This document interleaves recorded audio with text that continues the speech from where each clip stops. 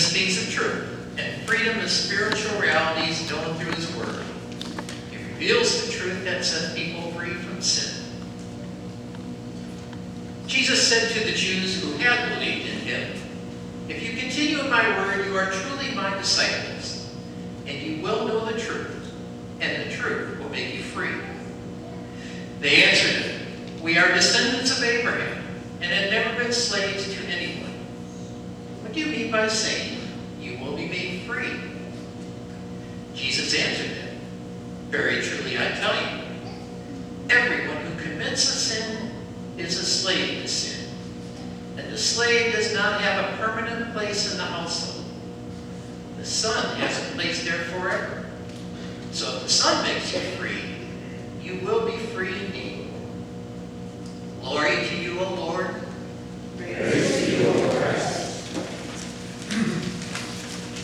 It's an honor to be back here and sort of looking forward to this. So I do want to start off by thanking Pastor Dawn and Planning Committee, Anniversary Committee for the invitation and for being back. It's truly a joy. And for some, I'll go back over a little bit of this. I've been here before. I was thinking back, I was here for the centennial, for the 100th anniversary. Driving over this morning, I was thinking a little bit about what's going on today. But one of the retired pastors who came back at that time, some of you may look up the name. You may remember Pastor Julius Peterson. And Pastor Peterson, at the time, I was told, and he was known, he was the last really rural pastor that served the congregation.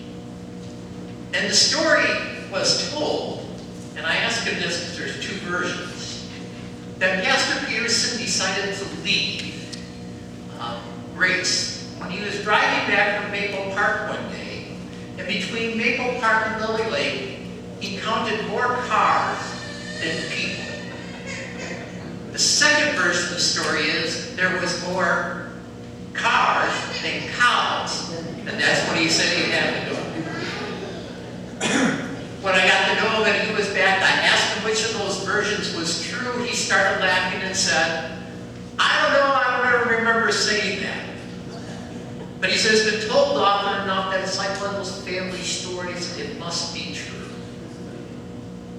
I thought back to why we're here today. To Reformation Sunday. We think back to 1517. When Martin Luther wanted to get some discussion going. John Passage was probably in part of his mind. He's thinking about freedom. And he's thinking about truth. And he's thinking about faith. And so he went and he thought about 95. He made 95 statements. He meant those for discussion. They weren't to be entered into law. Later he wrote he was sort of embarrassed that they got passed down. He just meant to nail them on the castle door. That's what you did in those days. Didn't have phones or emails or texts. Didn't really have many newspapers. So if you want this discussion going, you would nail them to the church door. People could come, they could see it, and they would get into discussions about it. And look where those discussions ended up. For him, for us, and I won't go over all that history, but it's part of what we remember this day. Is that Reformation. And for Luther, that Reformation never ended. To his dying day, he was always about learning something new.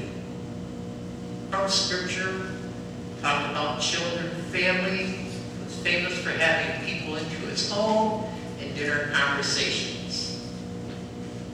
And then I thought about the other reason today, 125 years. So 125 years ago, a group of primarily first generation, some second generation immigrants gathered together and they decided they wanted a place to meet, to worship their God, to grow in the faith, to express their newfound freedom and to settle in. As many of them knew they weren't going back home. This is where their dice journey would take them. And then I thought about me being here. I got a little fraction of that story. A part of that being Luther being part of Lily Lake and the family here. A little better than 20 years, we journeyed together. Recently, a friend recommended reading a book to me, and the title of the book I wanted to share with it because it sort of struck me about what we're doing. And the author called the book, "We Are Just Walking Each Other Home." I thought a little bit about that journey we shared together. About 20-some years, we touched each other's lives. We touch each other's lives today. And we journey together. And our lives are shared. And sometimes those lives were very close. Sometimes distant. And maybe not be shared at all. That's part of it. I always saw life as an adventure. I still see life as an adventure.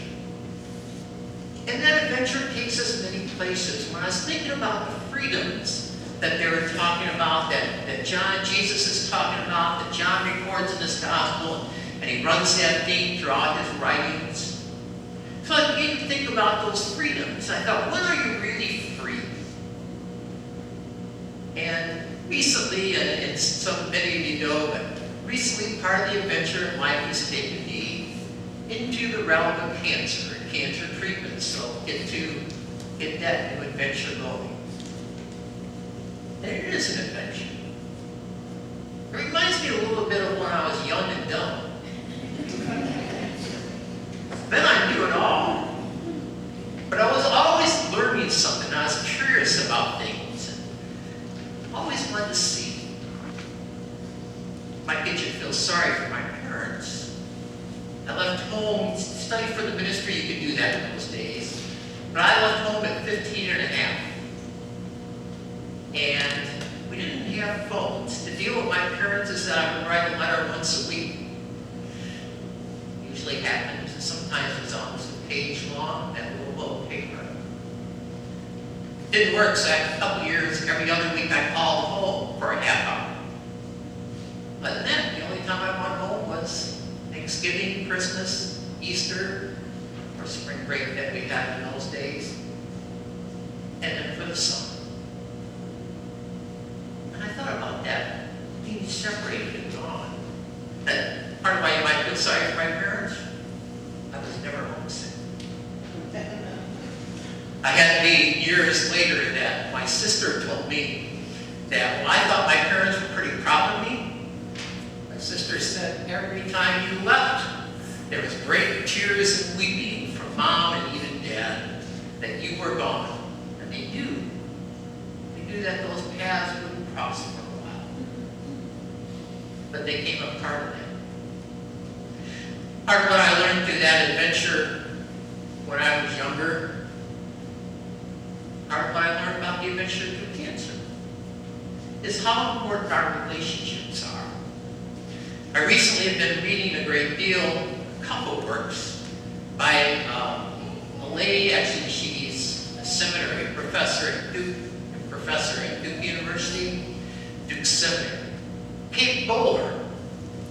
Writes about prosperity, church, American religion, etc. That is interesting in and of itself. But as she was a new mom, she contracted a pretty rare and vicious form of cancer. And as she writes about her experience going through that, much of it I could touch and resonate to. Part of what she said is, the most important thing as you're going through that is relationships. Many of you that were here when I was here probably heard me. I always quoted Pete Stanky, Dr. Pete Stanky, as saying relationships are not really interesting, but that's all there is. Kate Bowler talks about her journey through cancer and cancer treatments. She thought about reflecting back on writing her book and getting all the honors, and she looked back at the people. And she said, you know, the relationships, that's all there is to life. It's John's writing his gospel to us this day, and he's talking about faith and freedom. He's talking about our relationship to God. For this Jesus came, that we might know God even more fully. And part of the adventure in life for me has been getting to God more fully and in new ways, but most often a little bit from Scripture, but most often from people like you and the people around us. Our relationships, that defines who we are.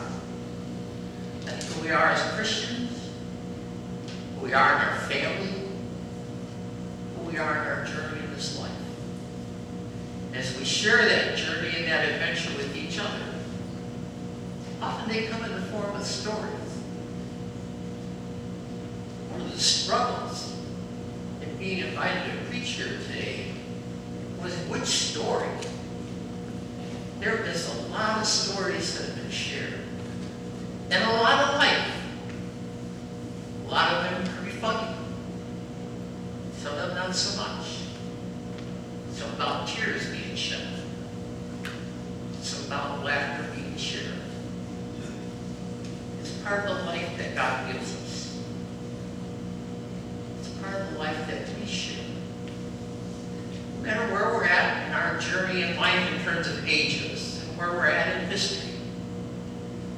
I was thinking about the celebration today, and I was talking with a friend about that. I said, I don't know if I'm going to go with Reformation.